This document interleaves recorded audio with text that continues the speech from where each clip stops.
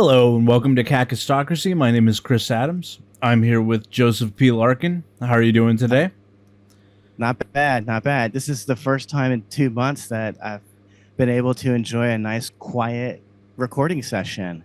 I could take the headphones off, in fact, and just go raw dog on this podcast. And play I it through your can't tell speaker? you, I can't tell you how fucking nice it's been for the last 5 days. No noise. I know this is just a brief. This is like the eye of the hurricane. Just a little brief respite from the retardation of my neighbors, but man, it's so nice. And I have to talk about, there's a little summing up. We have to need to do a little business here because the day after they moved out, I noticed, hey, wait a second, that chirping sound from that smoke alarm is gone. I heard in my living room for 2 years straight a constant, relentless chirp from the smoke alarm. So I'm telling you guys this because you need to know it's not just black people that don't fucking change the batteries. It's all non-whites. Only white people care about changing the fucking batteries in any smoke alarm. Because the second they moved in, I started hearing it right in my living room to the point it was so fucking loud. I thought they had stuck it in the bushes outside my window. I'm not even joking. I went out there one night with a flashlight. It was so fucking loud. And so I finally just got frustrated and moved my television upstairs. So I can't even watch fucking TV in the TV room because of these fuck faces. So anyways, now that they're gone, that sound disappeared. But off in the distance, I can hear another chirp now from the other illegal aliens who live two fucking houses away. See, I'd never heard that chirp because it was being covered up by the chirp that was right next door. And they were in sync? Yep, they were in fucking sync. Or they were beeping one after the other, and I just thought it was one long beep. You dig what I'm saying? Mm-hmm. This is a fucking nightmare. And the guy who's got his chirper on right now, he's on the fucking HOA.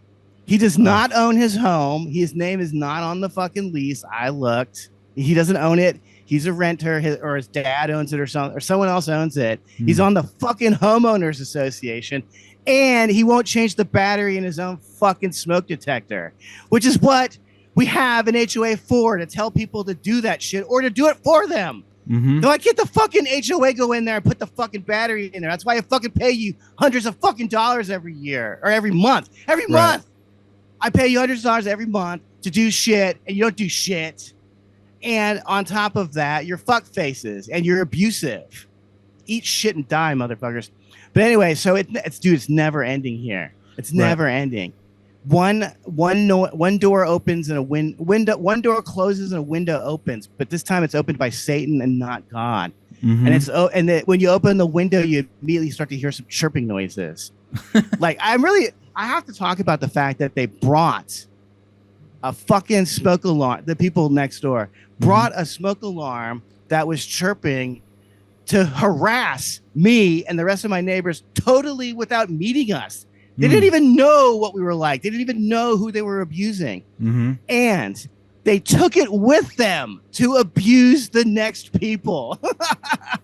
Because I would have left it behind and said, fuck this old neighborhood. But they're already ready to start fucking with the new neighbors that they're going to have. I can't believe people like this exist, but guess what? They also control our fucking media. They control our fucking government. They control our HOA. For fuck's sake, you can't escape fuckheads in this country. But anyway, it's nice not to hear the stomping for a few days. That's all. I'm so fucking happy to not have to hear them. Because, dude, after they had moved out, they came back for 2 more days and just walked around in a circle for hours. How fucking pathetic are you? First of all, I don't give a shit. I fell asleep anyway. Right. I probably left the first day, and the second day I just went to sleep while I was listening to it shaking my head. You only got the job half done anyway. You got to wake me up in the morning too. And that's something else I realized. He was stomping every morning from 6 to 8 in the morning. I just didn't notice it. And when I did notice it, I could not hear anything else for months. You dig? I could not. And of course, obviously, over the last 2 months when he knew he was moving out, he was 10 times more aggressive. Right. But speaking of fuckheads in my fucking building, that stupid goddamn fucking homeless lady keeps coming back. And I really want people to know that they have a great future coming for them here in America, where you and the rural communities will deal with the homeless population too. It's not just going to stop here in California and New York City. I assure you, it's getting everywhere now. Right. It's relentless. This woman has been in our neighborhood for 5 fucking years, and she is a fucking menace. Dude, there are times when she's just outside screaming. I've heard her many times. There have been times when I'm walking down the street, she's across the street, she starts screaming at me. Fucking A. So anyway, I saw her on the security camera on Wednesday or on Wednesday or something like that, and she was hiding a bunch of stolen beer. She stole 9 Modelo tall boys and then stuck them in the back. So I fucking got up because it was like, oh, she was just there 2 minutes ago. I fucking got up and ran and stole that beer. It's in my refrigerator now if anyone wants to come over and drink it, because I don't fucking drink that swill. I don't fucking drink Modelo. Get real, brother. But anyway, she finally came back for it today, and I was looking at the footage on the camera of her just looking dejected, sitting on the step, talking to herself. Whatever, fuck you, bitch. You don't get to wake up everybody and harass everybody and then get to get drunk, too, for free outside. Right. Fuck you. Dude, nine tall boys, Chris. That's a lot. Yeah. I'm telling you, like, when I want to get fucking hammered, I get 5 drinks, and I get some weed, okay? This woman needs 9 tall boys to get drunk. 9! That's so many tall boys. That's like, I'm assuming a tall boy is like 2 beers, right? A beer and a half, yeah. So this is like fucking 15 beers. And this is just a random, like, Wednesday afternoon. It's not a special occasion. Yeah. So much beer that you have to steal to remain drunk when you're this much of a fuck up. You know why I think she needs them? What a waste. Yeah. She needs them for all the voices in her head. She has 9 voices, so they each wanted a beer. Yeah. And they were all Mexican too, because they wanted Modelo. Puta. Imagine hearing puta all day. Yeah. I mean, I need those 9 beers because I have a fucking chirping smoke alarm in my fucking head 24/7. I just can't believe it, because the other thing that's interesting about them keeping that smoke alarm that's beeping all the time really loudly is that it was in their apartment or in their unit. It was inside their unit. Like, it was driving me crazy, and I live next door. There's a wall between us. There's an insulated wall between us. I can't hear their TV, but somehow I can hear that fucking smoke alarm, right? Right. So they were just sitting in there 24 hours a day listening to this fucking smoke alarm. What is going on in their brains? All because they wanted to mildly annoy me and the other people that live here. Because like I said, if I'm not in my living room, I don't hear it. I don't think they hear it. There's no way to tune that sound out, man. It's impossible. At the second you hear it, it's the same thing I say about the stomping. You become obsessed with it. Right. If you ever listen to old Loveline episodes, there's some funny clips of Adam Carolla just freaking out on people saying, "Why won't you put a battery in your smoke alarm?" Because they would call up and he would hear it beeping, and it's like he would ask him, "How can you not hear that?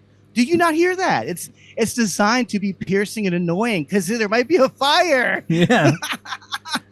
But it's just crazy. I love the idea. I love the idea that everywhere they go, they just try to make everyone miserable around them. Everybody has to fucking suffer. Doesn't matter if they're the same race, creed, religion. And I wanted to tell you that this shit lasted for 2 whole years. But last summer, the head HOA guy, I think he almost had a heart attack or something. He had something similar happen to him that happened to me, except mine was caused by pot. And I think his was caused by stress from dealing with these people. And he told them explicitly, "You're done. Just stop. Stop fucking with this guy and just stop fucking with everybody." And they kept doing it for a full year after until they moved out, like the pussies they are. Never even getting a proper confrontation from me. Never even getting to hear me tell them they're fuckheads to their faces. They're too much of a pussy to even hear it. But they were told by the fucking HOA to stop a year ago, and they just kept doing it. And I fucking knew they would do that too. I knew they would just keep doing it until their pussy asses moved out, till their pussy asses got frustrated. Before their pussy asses got tired of listening to that fucking battery, probably. I swear they don't hear it. I know. I can't believe that. It's impossible. It just doesn't seem right. You're responsible. You got to put yourself in the brain of the irresponsible. they can tune out anything. They tune out. They can tune out that homeless lady screaming all the time. For instance. Yeah. I just find that impossible to believe. No, you are you're a weird person, but you're normal. No, for sure. Yeah, that's a funny way to say it, but it's right. I'm the most eccentric person here, but also the most normal guy. I don't fuck I don't fuck other guys. Yeah. I don't have a smoke alarm fetish. I hear it when I go to that comedy spot that I go to on the weekends. One of the neighbors, their smoke alarm chirps, and I just go, how do they not hear that? But when you're irresponsible, you just don't care, and you somehow you just tune it out. Somehow you go, maybe you hear it, and then you're like, I got to hit the blunt, and then you just forget about it. Maybe. But I just find it interesting. Like when my smoke alarm ran out of batteries, it just went off at 5 a.m. and I flipped. It was so shocking. I got up and smashed it off the ceiling. I can't even remember how. I must have grabbed like a broom and just smashed it off the fucking ceiling. I was like, that's never gonna happen again. I don't give a fuck if I burn up or die of smoke exhaust or something. That's not gonna happen ever again around here. I have a backup battery just in case. Oh, I should mention that the illegal aliens also like to set off they were doing this for a while, setting off their smoke alarm just to fuck with people. Wow. When I say illegal aliens, I really need to clarify. I'm not talking about Mexicans here, okay? All the Mexicans are already here. I'm talking about there's one guy from Russia in my building, the people next door from Lebanon, the other people from some other fucking country I don't know. I'm pretty sure the guy that the Latino is probably from like Guatemala or something like that. It's like, fuck, dude. All of these countries fucking suck, okay? They suck. There's a reason why they left them, because they suck. Right. The people suck. Imagine living in a whole country. Imagine living in full of these people. Where it's not just like 5 units in the building; it's every unit in the building. Yeah, I know what that's like. My last place was similar. There'd be smoke alarms going off all over the place.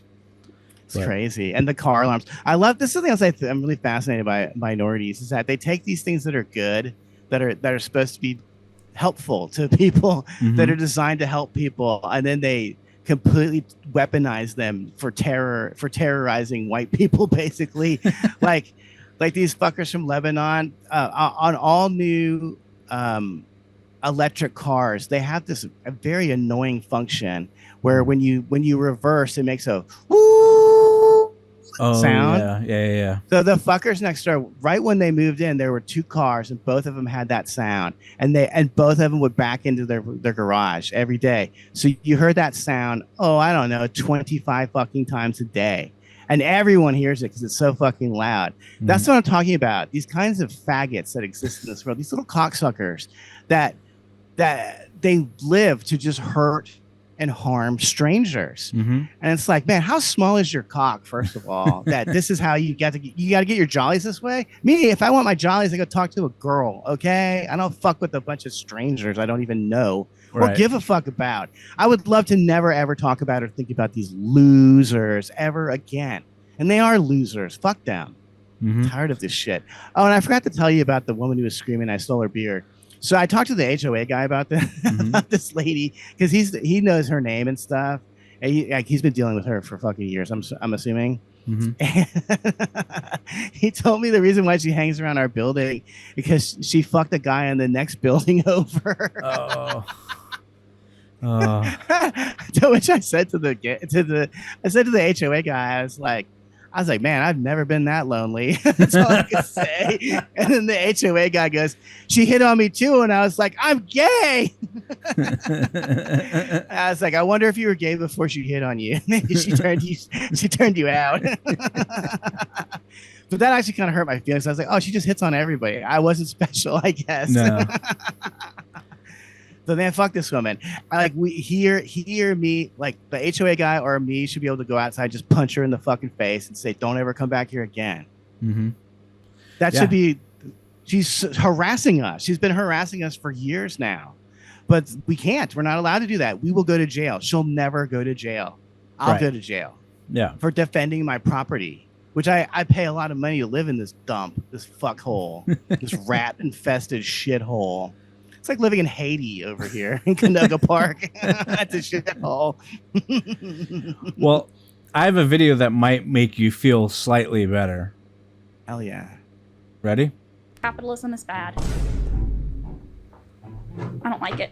Yeah, really easy for someone to say that grew up in a really nice house in one of the best school districts in Texas. I know, but it's who has their rent paid for, that is able to go to Europe and on a whim with their sister, who's able to do girl math, who's able to be fun employed. Yeah, it's easy to say that the system's bad when you're doing that because you've never had to work for it. You never got to actually see what happens when you put in the work and get benefits and actually have a little bit of responsibility and actually build something or do anything. You've grew up in privilege beyond privilege beyond privilege beyond privilege. It's only the people who speak like you that grew up in a world where you've never had to do a single thing in your life.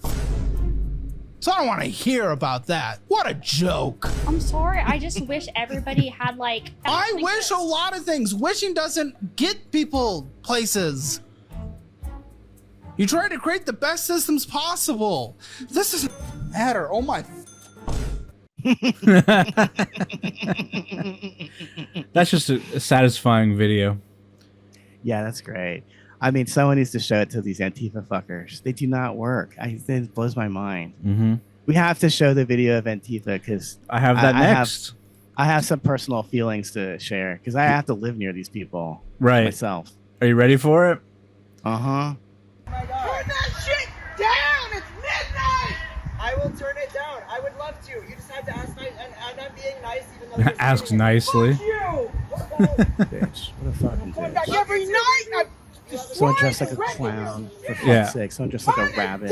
Grow up. We the people need sleep!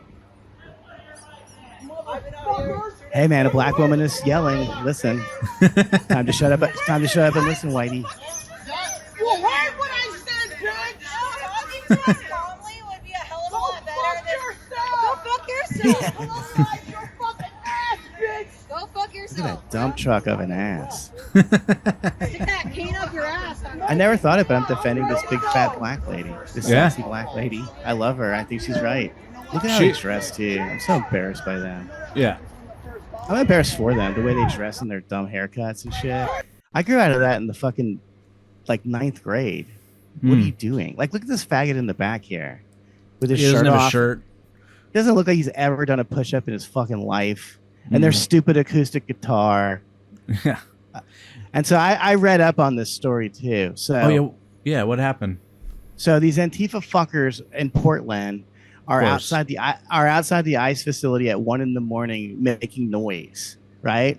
Right. Like, which makes no sense because it's like, who do you think's working there at 1 a.m? You're just harassing all the people that live around this building. Yeah. Like you said via text, they're harassing the janitor, who is probably also illegal. Not harassing any of the fucking ICE, like actual ICE agents. No, they're already home. They created this sonic weapon that is making this like terrible sound. But anyway, so this has been going on for days, all day, all night. So finally, this woman goes out and just starts screaming like, "Shut up! Just shut up, man! Like we're trying to sleep. We work for a living, and we have to get up in the morning." And they immediately start swearing at her and calling her names. Mm-hmm. And then what we don't know from the video is that as soon as she went back inside, they started making even more noise. They got even louder just to fuck with her. And to fuck with everyone else. This is why they need to die. And yeah, they don't know. They have no idea what it's like to work for a living. I watch these Antifa. By the way, they're at this point scared to go out in the alleyway where I might see them. Only one person who lives there will go outside. I guess he's the most indignant one of them. He's going to show me by going outside and making noise in the alley. And so I'm telling you, they don't have a job. This guy, he doesn't have a job either. Like I knew he didn't have a job, but he confirmed it when he started doing the stomping because I heard it 24 fucking hours a day. Anytime I was home, I heard it, whether I was in bed, whatever. So these are just spoiled rich kid fucking brats. They need to be fucking killed. They're George W. Bush. That's who they are. What's funny is they hate George W. Bush. No, they don't realize they are him. They are George W. Bush. That's a bunch of spoiled rich kids like RFK. They have no fucking clue. Bunch of spoiled fucking brats. But yeah, I never see these people going to work. And if they do have a job, that guy said it. He said that's fun employment. They work at the Starbucks like part-time. And it's really just more about going in there and getting a free drink and shit. Yeah. You know what I mean? And having like a little posse of people that you can talk to and hang out with. I hate these fucks. They really need to die, dude. I can't, I'm not a fan of this war in Iraq. This war in Iran. But man, if we could get the draft going to get some of these faggots out there, put them out there and put their money where their fucking mouth is. But I can't even believe that they were being. By the way, why are they being abusive to a woman with a cane? One of those bitches said, "Shove that cane up your ass." She's crippled, for fuck's sake. I thought you were supposed to be nice. These are exactly the fucking people you claim you're protecting. It's a fat, crippled black lady, and you're abusing her. That's another thing. Like, I hate this talking point, but they really are the most racist fucks. They don't give a fuck about black people. They only like to pretend that they like black people so that other white people will like them and appreciate them. This is all virtue signaling for other white people. They don't give a fuck about brown people. They don't like brown people. They like having slaves. I always, like looking at the fucking, because I watched the way the immigrants get treated in my neighborhood in Canoga Park. It's not nice. It's not cool. Right. If you think I'm a jerk just because I make fun of them all the time, you should see how these baby boomers treat these fucking illegals. It's awful. I watched them go outside and scream at the dudes who are mowing our lawn. And it's like, bitch, those people don't speak English. The foreman speaks English. The other people got picked up at the gas station down the street. You're screaming for nothing. And I always look at the Mexicans and they or Guatemalans or whoever they are. And I always look at them and they always just look like they have the most placid look on their face. I don't know what this fucking guy is saying. They just know he's mad and that's it. And then you think of this time when I saw the head of the HOA, the gay guy. I'm gay.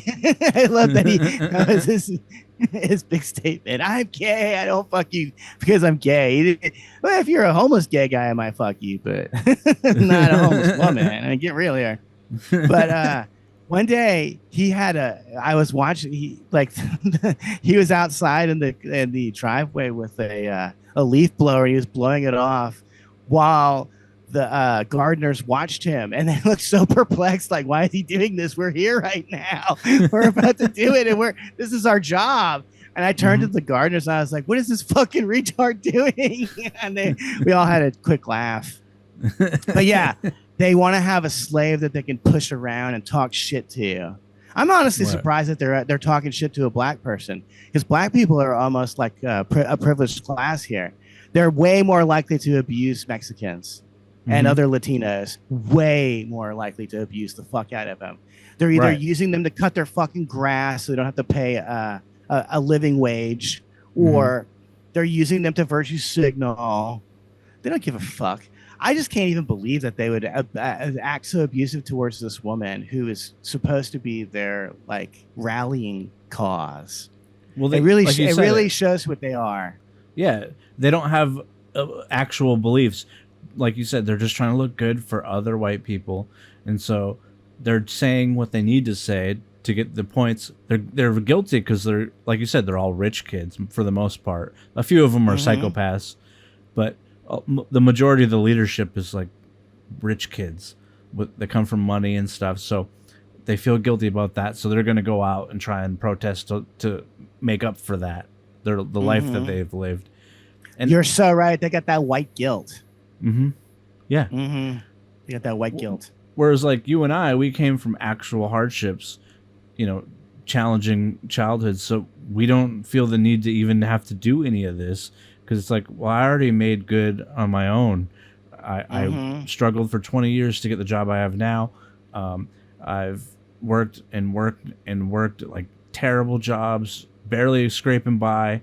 Luckily I had good friends that helped me out, but without them, I would have, gone underwater. But I also didn't have parents to pay my rent. My parents said, "You're on your own. You're on your own." Like my stepdad, "You're on your own. You'll figure it out. In fact, this is the best thing I can do for you, is to force you to figure it out." It's actually better. It's better not to get your rent paid for. It's actually it makes you dumber when you don't have to actually figure out how to survive.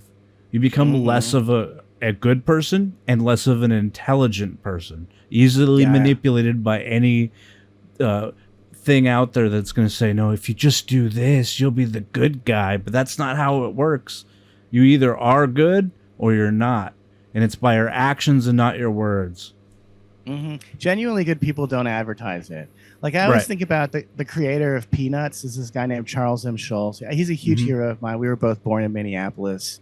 Same with Mitch Hedberg. So I feel that I have a connection with these people from the same hometown. But anyway, he was being interviewed by this magazine called the Comics Journal, and the guy that was interviewing Charles M. Schulz was like, "You're clearly a millionaire. Why do you need to license the Peanuts into commercials and all these other things?" And he said, "Well, I need that money for my charity work." And then the guy said, "Well, what kind of charity work do you do?" And then Charles M. Schulz said, "Turn off your tape recorder and I'll tell you." That's a good guy. That's a good man. That's a hero worth having. Yeah, without a doubt. He put his fucking money where his mouth is. He didn't he didn't posture, and he did it in actually the least pretentious way, because everyone loves Snoopy and Woodstock, and we don't mind seeing them in cartoon form in a fucking television commercial. It's pretty benign compared to the way most people sell out. You know what I mean? And of course, we know he's doing something good with that money, and I know he does something good with that money because he built this in the town where he ended up dying. He in California. Of course, I've been here twice. I've been to his house twice because I'm a fan. But he built an ice skating rink right next door. And just for the community. He's like, he grew up in Minneapolis, and he's like, they don't have ice skating rinks in California. And he would go into the ice skating rink every day and just hang out and drink coffee before he would go to work and just watch people ice skate. Just a nice guy. It's a great way to remind yourself, like, I'm cartooning for these people. This is what what I sit down and draw for. What a great guy. He's a huge hero of mine. And I remember reading a book of interviews with him, which really affected me, where he was talking about how in the 70s he got divorced from his wife, and he just started living in his cartoon studio. He lived in the cartoon studio. And then the quote that always touched me is he said, he goes, "I can't explain it, but I drew the best damn cartoons of my life during that period." And I know he did, because he was suffering. He was suffering immensely. There's no way he wasn't cranking out the funniest shit. I have such an affinity for the Peanuts comic strip. I'm a true nerd, because I liked comic books growing up, but what I really liked was comic strips. Right. I loved the Far Side. I loved Peanuts. I even loved Garfield and Hagar the Horrible and all this crap. I have Far Side books behind that screen. Hell yeah, you got that big the hardcover one with the two volumes inside of it. It's all of them. I have to buy that one. You really do, because I have it, and it's one of those things I feel like I'm saving for my deathbed to sit down and like really pour over. But it's great. There's a lot of like he didn't redraw any of the cartoons, but he colored a bunch of them with watercolors. They're gorgeous. The Far Side has to be the most ripped off comic strip of all time. Yeah, dude, there's so many like fake Far Side comic strips. Like they'll be called something like Beyond the Pale and shit like that. They'll just never touch him. And of course, him, like the Calvin and Hobbes guy, he retired at the right time. He was like, I'm done. I don't need to do any more of this shit. And also, neither of those two dudes really merchandise beyond just making the cartoons available in books. Okay. There's no dolls. This might shock you, but the Calvin and Hobbes guy does not get any money from the sticker of Calvin peeing on the Ford truck logo. That's a bootleg. Yeah. He didn't sign off on that. I mean, as much as we think that comedians get fucked over, cartoonists really get fucked over.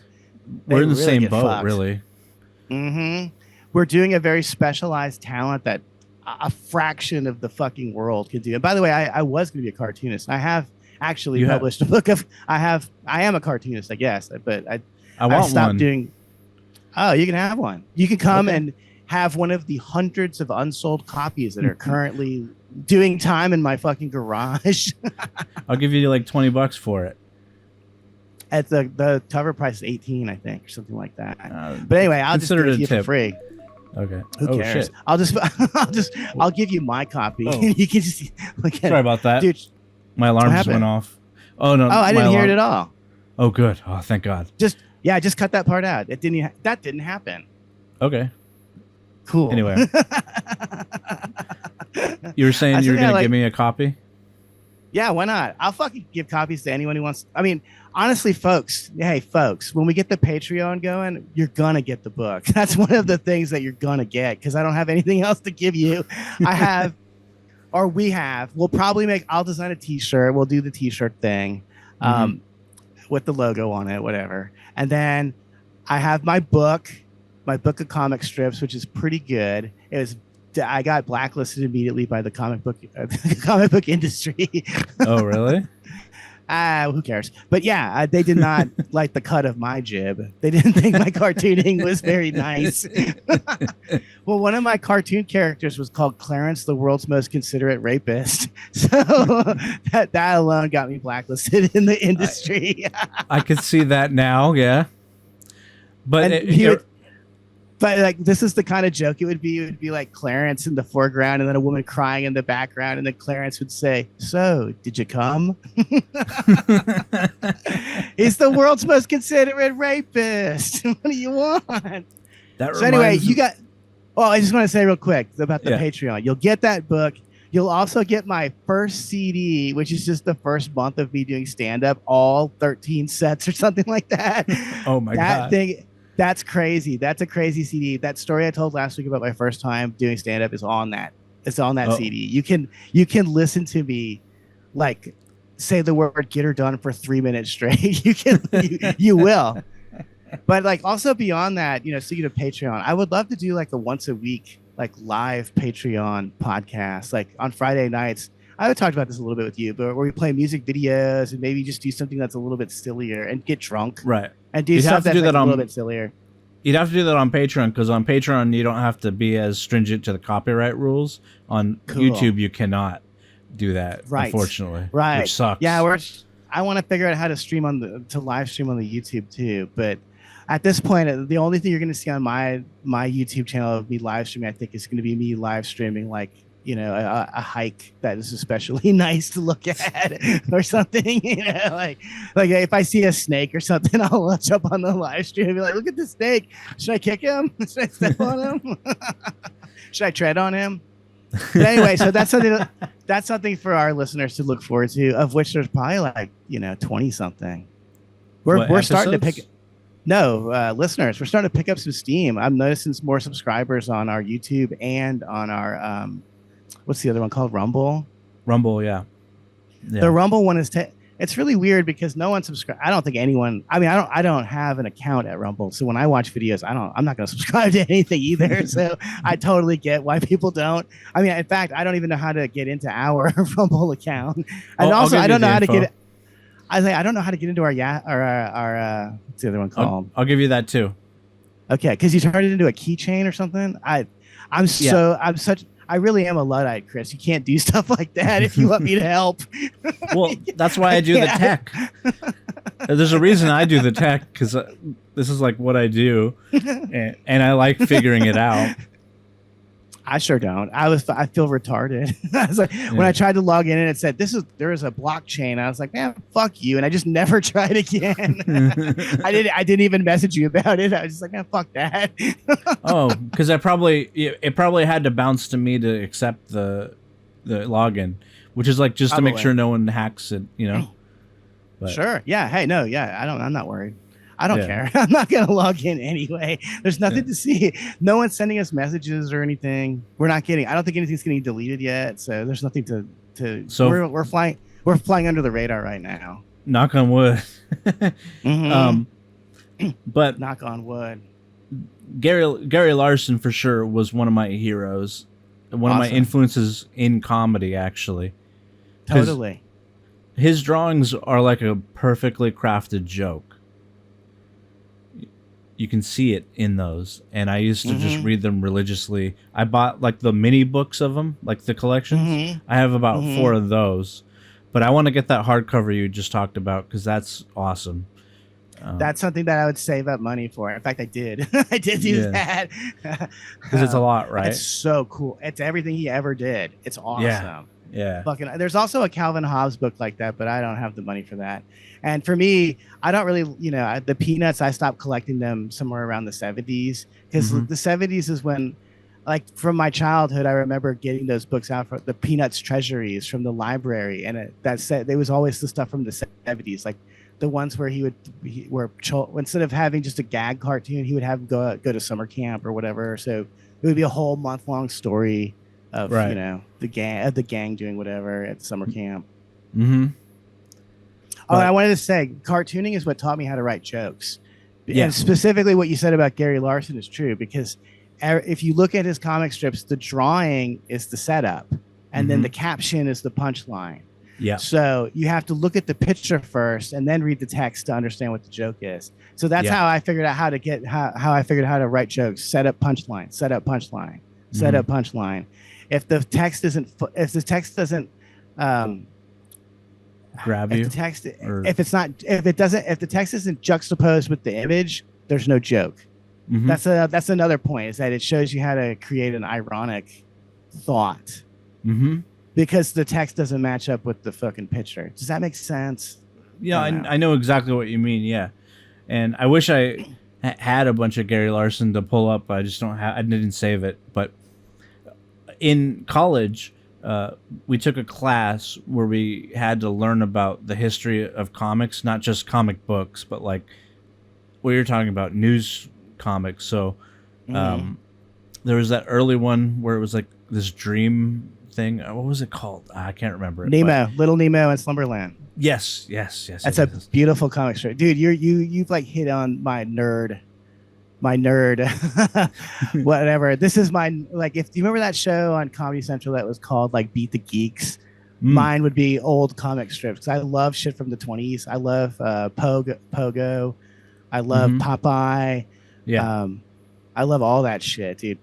100 years ago is when the art form fucking peaked, as far as I'm concerned. But anyway, they were so creative back then too. Like the stuff they were doing was insane, and it wasn't colored in per se. It was sometimes just drawing, but it was so beautiful. And yeah, at 5 days a week or 6 days a week, it's black and white, and then on Sunday you get color. Yeah, Gasoline Alley is another great one. Dude, yeah, you really got my mojo going when you brought up Little Nemo and Slumberland, because that shit is amazing. That's beautiful to look at. It's really something. I remember it from college because there's a book I have back there too, where it has some of those, and it talks about how the art form evolved and changed over time. So it was one of my classes. I had to study it, and I just love those comic strips. There's nothing like them. The comic books aren't even as good as those. They're just something that are so unique. Yeah, dude. One day I need to sit down again. I need to go buy all the Dick Tracy ones too. Dude, Chester Gould is one of the best draftsmen I've ever seen. Like, he draws he's like Goya or something in the newspaper. He just is an amazing draftsman. A great cartoonist. Yeah, he's beautiful. And this is also why my comic book or whatever, my book didn't take off. This is not a graphic novel. It's just a book of like standalone jokes. So for me, I was really proud of it, because I like jokes. I like writing them. I like hearing them. So I just packed so many fucking jokes into those pages. Like, it's crazy, because there'd be on the page the drawing itself, but then I'd write jokes in the margin. I wrote an introduction and stuff with full of jokes and a bunch of lies. It's supposed to be oh, this is the other thing. It got reviewed by a bunch of people, and no one ever understood the point of they didn't get the joke. So really? The book is, and I mean, I should grab the book and show it to you guys real quick. So check this out, folks. This is something that you will be able to own if we ever get our shit together. Oops. I saw this live the other way. Yeah. There it is.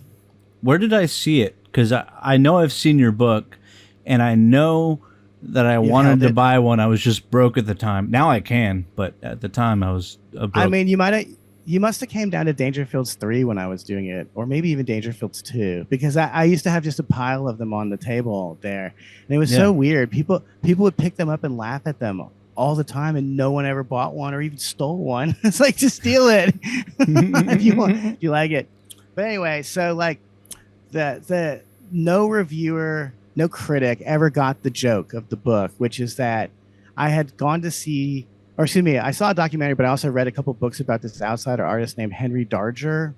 And Henry Darger he's a very interesting story. He basically was this guy that was a janitor in Chicago. And then after he died, someone went into his apartment and found all this crazy fucking art in there. Oh, and specifically, he was making these like epic like fight scenes involving little girls, tiny little girls. And they were always naked, and he would put penises on them. And so because he died before anyone ever talked to him about this, no one can understand if he just didn't realize that girls don't have penises because he never saw a girl naked, or if this was something that he was trying to make a statement. Now I'm wondering if it was a transgender thing. Now that I just talked about it out loud, who knows? Like maybe he was transgender years before it became a thing. Mm-hmm. But anyway, I'm really interested in this guy, and so the reason why this book is called The Arcade of Cruelty. And the reason why it's called The Arcade of Cruelty is because I read that phrase in this book about Henry Darger. But anyway, so this book is supposed to be like a fake. It's like I wrote it to look like I was someone who died, and then that someone else found my art, and that it was the work of a genius or something. And literally no critic ever picked up on that joke, which is the whole point of the book. Is that it's not serious. You're not supposed to think that I did any of the shit in the book. Now that you say that, I read the foreword and it makes more sense. There's something about the crazy ramblings of like, I don't know how you phrased it, but I remember you reading something about in the book. You did make it seem like you died. Oh hell yeah! I think I might have said I died during Hurricane Katrina. I really don't remember. I have to go look. I have to look through the book myself. But yeah, I just never could understand that. Like, I mean, right on the cover, it says, if you can see this, there's a little logo there that says Joseph's Book Club, but it's the Oprah's Book Club logo. But it says Joseph on it. And I was like, there's no way that people will think this book's not a joke, right? They thought it was real. They thought I was serious when I was writing a comic strip about a fucking rapist. They thought I thought that was a good idea, that it would be a mainstream thing in the newspaper. That's the real joke, is that dumb fucks don't get jokes, and then you can laugh at them being confused by the obvious humor in it. But oh well. It kind of reminds me of Jim Goad. Jim Goad, yeah, I was a big fan of him in high school. He was my big hero when I was a teenager. Yeah, I read his zine, Answer Me, Answer Me! Exclamation point. And then in the first issue, in the introduction, he said, "Answer me. You might be wondering, what's the question? And the question is, why are you so fucking stupid?" But yeah, I love a young Jim Goad. The Jim Goad of today is so pathetic and sad. He makes me want to cry, to be honest with you. Well, he had a brain thing, which kind of messed him up. Oh, really? What happened? Like an aneurysm? Something like that. Or a tumor? He had to have like an operation on his brain. And so he never quite was the same. That's a shame. Yeah. Yeah, he used to be really close friends with Patton Oswalt, but Patton Oswalt won't let you know that. I know. Because Jim Goad used to have a message board on his website, and it was invite only. You could read it, but you had to be invited to post on it. Patton Oswalt was all over that shit. They're such phonies and fakes. Yeah. Whatever. Jim Goad's just some guy. You don't need to care. Oh, but he, if people could dig this up, he had a really funny AM radio talk show in like 2000. I have a CD of it somewhere, of the best of. But it's so great. It's called Let's Fight. It's funny. It's one of the funniest things. And he talks a lot about his time in prison. He went to prison for beating the shit out of his girlfriend. Yeah. Yeah. Anyway. Troubled soul. That was one of my heroes as a teenager. Okay, that's why I turned out like the fucking loser. Turned out like me. But I also liked Patton Oswalt too. Yeah. Well, until it became until he wasn't allowed to defend him, he defended him publicly for sure. He's like, people should be allowed to be as out there as they need to be. This is art. He would say stuff like that. That's what he said back in 2000 and stuff. Yeah. Yeah.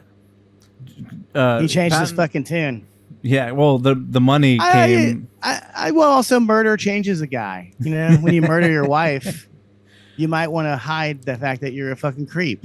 Yeah. I mean, for fuck's sake, there's 4 issues of Answer Me, right? One of them is about serial killers. One of them is about suicide, and one of them is about rape. And I think the first one is just a bunch of random shit. Yeah. So yeah, Patton Oswalt, after he killed his fucking wife, allegedly, I've heard, he had to back away from old Jim Goad and Answer Me. Yeah. It's not a good look. Mm-hmm. To be hanging out with the guy who was glorifying serial killers. And man, Jim Goad was doing that shit in like 1993. He was way ahead of his time with the obsession with serial killers. Yeah, now it's cool, but back then it was weird. No, you were a fucking weirdo. You were a total weirdo to be someone like me I love that fuck. Because there's a collection that had the first 3 of them. I still have that. I still have the rape issue, of course. I couldn't sell that one. But I loved it. I loved reading the stories about it's called like Night of 100 Suicides is what the issue was called, and it was just 100 interesting stories of people killing themselves. I mean, stuff like this doesn't need to exist anymore because you can just look at Wikipedia and read about this kind of crap. Right. So this shit was really special, 30 fucking years ago or whatever when it first came out. It was a big deal. Kurt Cobain was photographed reading the suicide issue. Whoa. Not long before he was murdered, and it looked like a suicide. Whoa, that's nuts. Yeah. Dude, that Answer Me. If people should look up Answer Me on Wikipedia and read some of the stories, because all kinds of crazy shit happened. Like during the height of their infamy, Jim and Debbie Goad, one of their fans shot up the White House, and when they arrested him, they found a copy of Answer Me in the fucking car. It's like, I can only imagine like how you when the cops call you up, how mortified you'd be. Like, oh, yeah. It was just supposed to be a joke, officer. I don't know why it inspired him to do this. I hope we inspire someone to shoot at the president or something like that. I don't, but you can. I mean, they didn't actually kill anybody. They just shot at the White House. It'd be cool if maybe they could just go shoot at the Comedy Store or something on our behalf. I'm okay with that. If it's good enough for Sam Kinison, you can do it too. The only thing, the reason why I clung to the Comedy Store as a life raft for so long is that every time I would walk in there, I would look at the bullet hole in the sign where Sam Kinison shot it, and then he never got banned. And I always thought that this is the place for me where I could bring a loaded gun and shoot it and not get banned. I'd still get stage time. That's crazy. But yeah, it is crazy. And I want you to know they were at, Tommy was, he was trying to, I guess, mold me into the new Sam Kinison. I was supposed to be like the Sam Kinison of the 21st century. And I was like, well, I'm mad at women, so I can do this. This is in my wheelhouse. If he had asked me to be the Stephen Wright of my generation, I'd be like, yeah, I can't pull that off. Right. But I could definitely do Sam Kinison. Yeah. I was going to tell you that I during this past holiday season, I went with my family to the Museum of Death. Oh, hell yes. Yeah. I'm so jealous. I haven't been there in like 20 years or something. It's so wild. jealous. I want to go there. We should go there and make a fucking video for sure, dude. You're not allowed to video anything. They made that clear. But we can ask them to interview them and then video them in front of the cool stuff and then edit them out. They said like they wouldn't allow you to have your cell phone out. They had people walking around checking. I mean, I totally understand it too. They have stuff in there that like is collector's items. Like they have a bunch of John Wayne Gacy's paintings. Yeah, this is stuff that's not like publicly seen literally anywhere else. I mean, like you definitely taking pictures of it would fuck up their entire, Yeah, it's stuff that's not even on the internet, really. So yeah, it's wild stuff. But they have. You went there with your family. Look, my family's weird. All right, my My niece, she likes like weird shit, and she's very funny. So I was like, maybe she'll be a comic. I told my aunt that. I was like, yeah, maybe she'll be a comic because she's got great timing. You know, she's got the it factor. She just needs to get on stage. But nah. Yeah, I got the it factor.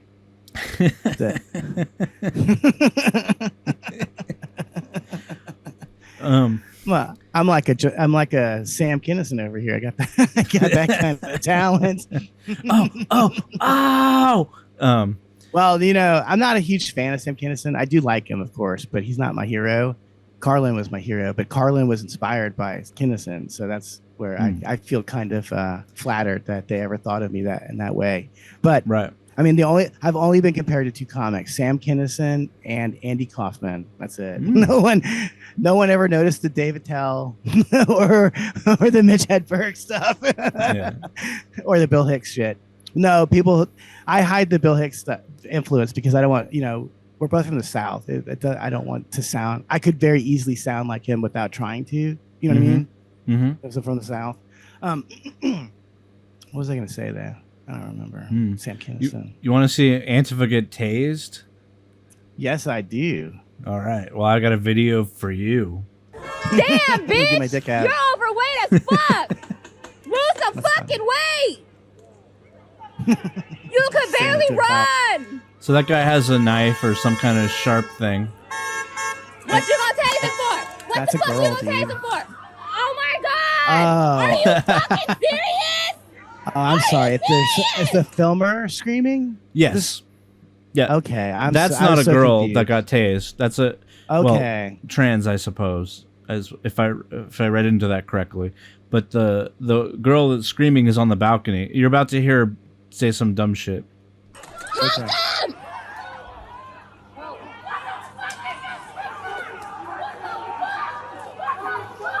you serious? Are you fucking serious? They are. Yeah. What, bro? Can I throw something?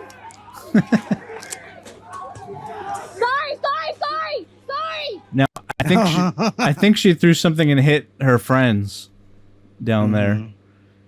I believe this is also in Portland, by the way. Yeah. So Used to it's be a nice. place, Portland.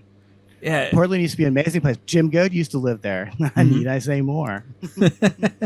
I went there Nice with place full of nice people. It used to be, yeah. I went there many years ago, early on in comedy with Ty Rivera. I did a couple of shows. Did you try to touch your dick? No, not at all. I bet he made you drive the whole time though. No, back then I didn't drive, or I didn't have a car. I forget how it worked, but I didn't have money to. But yeah, he took me, so it was a good time. We did 2 shows. It's fun, and then I'm very surprised that someone had fun with Ty Rivera. I've made him cry. Oh, Want to hear really? that fucking story? Yeah. I think it should be my number 2. Like my 1 and 2 biggest accomplishments as a comedian is number 1. I harassed my Israeli neighbors so much they moved out. I think that should be one of my credits. Mm-hmm. And then on another occasion, I made Ty Rivera cry. Not a lot of people can say they did that. You know? No. Pretty impressive. You know, I used to love Portland, and I thought about moving there and living there because they have great record stores. They have a fucking cool music scene. I like the weather personally. I like that it's kind of like overcast and crummy all the time. Yeah. It's a real shame what these fucking crackers have done to it. And it's all fucking white. Dude, it's all white people that live there. It's not black people out there in the street doing this crap right now. No. In fact, we saw the black people in Portland. They told the white people to shut up. Could you go inside and shut up already? It's all these fucking lame-ass white people. They ruined an entire city. Mm-hmm. They probably did the same to Seattle, too. They just did. turned it into a fucking shithole. Mm-hmm. Full of fucking violence and stupidity and screaming in the streets at cops. I do think it's funny that she kept calling the cop fat, though. It says a lot about what women think is funny. Yeah. They think it's just making fun of some dude's appearance. Mm-hmm. Boy, you fat. And by the way, she's fat too. I can tell from her voice. So it's just the pot calling the kettle fat. I'd like to throw her out the window. Yeah. Let her fend for herself. when she was apologizing, I think she threw something and hit the cops because I saw one of the cops look up at the window. Oh. That's why she was like, "I'm sorry, I'm sorry, I'm sorry." Yeah. Fucks. All that Mess talk. around and find out. Yeah. Mm-hmm. All that talk, but once shit gets real, you're like, I'm sorry. Time to move out. Time to move to Thousand Oaks, I guess. No more Canoga Park for me. The shit got real. Gotta go. Yeah. I have one more video, and this is just a stupid woman that doesn't realize ducks mate the way they do. I'm sure you've probably seen this one. Get away from her! Get away from her! Hey! She doesn't know that ducks rape each Get other. off of her! Basically. Yeah, they do. It's Hey! Well, ducks, I think, are like cats in that they have this thing. They have like a claw or something at the end of their dick. yeah. So once they get inside your Corkscrews. pussy, yes, it's stuck. It's stuck in there. Mm-hmm. I mean, these animals they evolved to rape. Isn't that interesting? Yeah. Like, that's evolution, baby. Mm-hmm. They evolved to rape. And then to combat that, the female ducks have like false entryways in their vaginas. So if they don't like the duck that's raping them, they make their dick go down the wrong hole. That's like when you're a man and it's dark or something and you accidentally start to stick your dick in her butthole. Hey, I didn't say you could do that. And you're like, oh, I'm sorry. Do you want to put it in, maybe? Because I can't see what's going on here and I'm drunk. Yeah. Maybe I did it on purpose because I'm drunk. I'm not sure. But I'll never tell. Yeah. But yeah, Oh, this lady is mercy. just stupid, but it's kind of funny. It's endearing. Get away from her! Get away from her! Hey! Get off of her! Hey! Stop it! I think she's gonna jump in too. Stop it! God damn it, get us a match! Votes. Huh? This woman votes, guaranteed. Oh, I know, and it counts the same as yours and mine. Well, not. I mean, both. yeah, I don't vote, so it doesn't count the same as my vote because mine doesn't ever get counted. Your vote is her vote. Mm-hmm. Is everybody just standing around? I vote for less duck rape too. More ducks get made. I know. She thinks it's ducks calling the other duck because it's losing sex. She's just making it more scared. Is there anything more unnatural than trying to control nature? Like, what are they doing, retards? I don't know. Leave it This alone. lady's just out of her mind. Just leave it alone. There she is. Oh my She's in. god! Is that illegal? Do you know how dirty that water is? What is she thinking? Yeah, that's like some of the most disgusting water there is. You want to know? You know how gross that water is? Ducks get raped in it. She's wading in rape water. Yeah. What is she thinking? She's insane, obviously. What I want to know where her man was. I feel like the man should be put in jail. Her husband or boyfriend should be put in jail. In fact, whenever I hear a woman heckle when I'm when I'm on stage, I always just want to yell out, "Hey, what man brought this woman here, and why aren't you shutting her up right now? Like we should have you kicked out. The woman can stay, but the man's got to go. Like control your fucking bitch. What are you doing? Aren't you embarrassed right now? Your woman's screaming in the middle of the show. I'm embarrassed for you. Yeah. You would have made a great Sam Kinison, by the way. Well, no. See, the reason that they say that though is because my comedy has dynamics. Sometimes and in fact, if you go listen to Sam Kinison, we don't really understand the true joy, the genius of Sam Kinison, which is that he, for most of his set, for like 75% of his set, he talks in a very soft-spoken way. Mm-hmm. He just seems like kind of a nerd. And then when he gets angry, he revs it up. Oh, it's like a Nirvana song or something. The first part's quiet, and then there's a loud part during the chorus. Mm-hmm. It's a great dynamic, which is why I stole it, and that's why I have that dynamic. There's nothing more boring to me. I mean, I was talking about liking Stephen Wright, but I'm not going to watch an hour of him talking in that monotone voice. I love him. I'd honestly rather just read the jokes off a piece of paper. He should write a bunch of joke books instead of doing specials. And then you cartoon them. That would be cool. Yeah, I'd rather watch a cartoon version of him or something. Maybe I would redub his voice. I'd dub Sam Kinnison's voice over his jokes. But oh man. Anyway, so this has been a fun hour, Joseph. I hope you have a good. Can I say one last thing about the Patreon? You know, I totally forgot to say the whole point of showing you the book. What I meant to say is that if we do a Patreon, you can get this. Does this appeal to you guys? Can you leave a comment or something, or DM me? Would you like a book? Would you like a CD? Would you like a T-shirt? And would you like, basically more podcasts? That's all. Right, more uncensored podcasts. Absolutely. And that's really appealing to me, because you're right. We could be doing, dude, you could fucking have a whole mix. I could just make you guys a mixtape every week, because they're not going to regulate the copyright. I don't know. The copyright is such a big problem for us. I wish you guys could understand that. We have to fight it every time that we do this. In fact, there's been times where we tried to show a video and we had to bleep it or like cover the picture or something. Yeah, the Coachella one. Yeah, and that's it's insane because it was on YouTube. It's all over YouTube. Why couldn't we show it? I didn't even include the audio, but they still made me black it out. Fucking Weezer. Probably Weezer's media blackout was in full effect, and they were like, "No, you can't share any of our music while our wife is."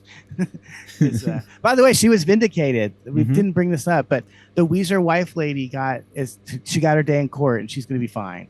Yeah. Basically, what I thought happened did happen. She thought that the cops were intruders and was just shooting in general, and they shot her in the foot. So it's not like they must have known on some level that she wasn't the threat. I don't know.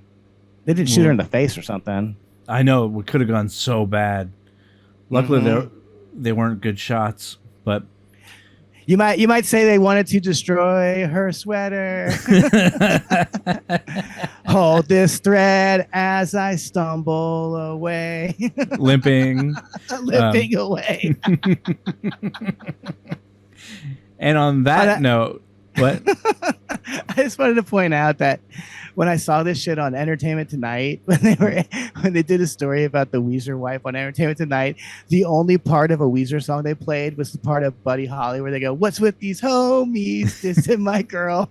I stood up and clapped. I was like, "Bravo, E.T." Yeah, bravo. Just classic. Right, but I hope you have a good week, and I hope all of you. I hope out so there, too. Yeah, and I hope you have a good week too, Chris. I will. And I hope all of you one. out there. She's okay. Anyway, thank you and goodbye.